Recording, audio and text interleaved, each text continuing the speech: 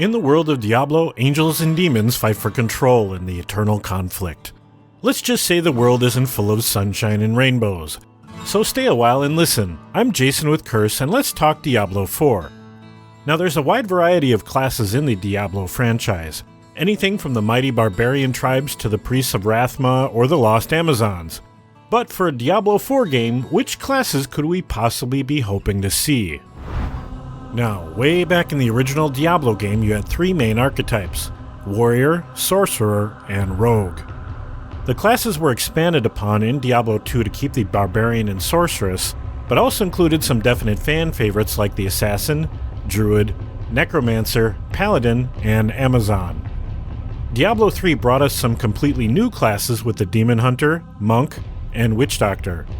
The Barbarian, Wizard, Necromancer, and Crusader were perhaps not identical to their previous versions, but they were at least familiar. Sanctuary is a world brimming with potential.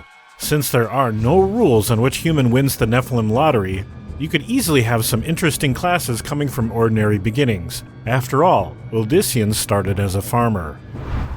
So let's start off with a class that frankly I'm surprised they didn't include in any of the games: a priest, or perhaps a cleric.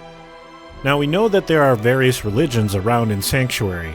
Many of the major ones were infiltrated by the Great Evils, or even by Inarius and Lilith. One stands out, however, the Zakrum faith. And yes, while it was at one point corrupted by Mephisto, the Loyalists still preached of worship to the light. It still praised its tenets and aimed to do good in the world. We also know that divine energy can be used in the mortal plane. Simply look to the Crusader or Paladin to see their faith rewarded. I mean, there's a whole lot of things that need smiting. This perhaps could lead to a kind of priest class, one who would also wield the powers of the light against those who would oppose them. Additionally, they could also serve as powerful support characters, amplifying damage, healing, or cleansing debuffs from other members of the party. Such skills could be Holy Fire. Summon a pillar of fire to smite enemies, deals 100% damage in a small radius, falling off over distance. Enhance.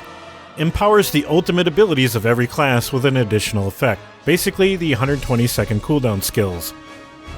Light of the Faithful. Become a holy avatar, replacing your abilities with 2 damaging ones and 2 healing ones. Much more powerful than normal skills. Mending Bolt. Skill shot that heals any allies it passes through. And a Holy Nova spell for good measure. Beyond the light, sometimes you have to rely on what you've got. And not everyone has this magic mumbo-jumbo. A clever scientist could go pretty far, perhaps as an alchemist? Alchemy exists on Sanctuary. There are several practicing NPCs who have the title. There was also an entire mage clan dedicated to this art. Mostly they offer healing potions and clothing dyes, but if Skyrim has taught us anything, one wrong component will turn potion to poison real fast. Also, who says we have to stop at poison? I mean, the idea of an alchemist chucking randomly colored vials at enemies is delightful, but what if you have an alchemist drinking potions too? Suddenly, the near-death alchemist is fully healed, super buff, and resistant to all kinds of damage. Jekyll and Hyde, anyone? But turning yourself into a raging monster isn't for everyone. For those of a more refined taste, you may pursue a different area of expertise: explosives! We know that gunpowder already exists in some form because the Demon Hunter from Diablo 3 uses it. Bombs and guns probably aren't all that far off. Perhaps you can even have a Bombardier class if you took that route. An alchemist could easily specialize in a support or damage role. Some possible skills include Acid Spray.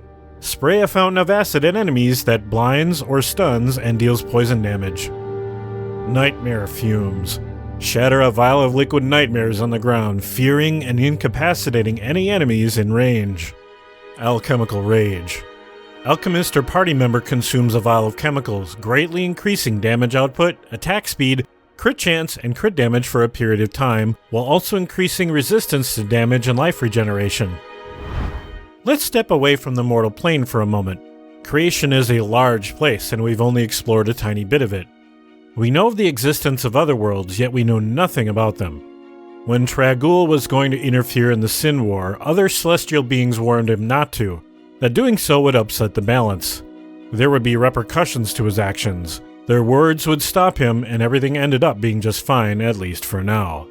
But this is an avenue not really explored in the Diablo franchise, the realm of gods. See, we know of Anu and Tathamet, we know of the angels and of the demons, but what are those other celestial guardians? What happens if they were to interfere? Also, how powerful are they? Can they stand against Nephilim? Along this vein, there are more than just the celestial guardians. The people of Xiansai worship 59 gods. This is important because some of them might just be real, Zay in particular. It's another somewhat unexplored avenue for both lore and a potential class. As for a role, who's to say what a god can really do? The Celestial Guardians might have some cosmic abilities. Supernova deals overwhelming damage to everything on the screen. Anything remaining takes radiation damage over time. Collapsing Star draws all enemies into a cluster. Stellar Rebirth create miniature stars around the battlefield that will occasionally lash out with waves of flame. Wormhole create rifts through time and space, making portals that can be traversed by the party. Finally, let's stay off the mortal plane a while longer. We have some powerful allies in the angels and enemies in the demons. Could they somehow factor in? Now I know what you're thinking. We slaughter the demons by the thousands and no angel can meet us in combat. But hear me out, at least for the angels. Angels are birthed from the Crystal Arch in a process called the Light Song. They're beings of light and sound, but interestingly, the number of angels that can exist simultaneously is limited. That's because each one embodies a percentage of Anu's power that remains in the Arch. So if tens of thousands of angels were to perish in combat or by some other means, that would allow a large amount of power to build up. What if the Light Song produced an angel many times more powerful than even an archangel? Malthael could not stand against the Nephilim, but a kind of mega angel just might be able to. We don't know of a similar mechanic for demons. They simply die and are reborn in the Black Abyss. The closest thing was the prime evil Diablo, where he infused the body with the essence of all 7 great evils. That body was defeated by Nephilim, as was Malthael when he absorbed their essence. Now, it'd be unlikely that either side would ever join forces with the Nephilim unless an even greater threat emerged. Survival as a whole might be better than going down alone. But what skills might we find from such an angelic creature? Flight. Soar across the battlefield, becoming untargetable until landing, movement speed greatly increased. Holy Shockwave. Unleash a large, narrow frontal cone, dealing massive holy damage to anything caught in the blast. Fury of the Divine. User becomes immune and stationary while launching holy bolts at everything around them. Allies are healed, enemies are damaged and stunned. Holy Tempest.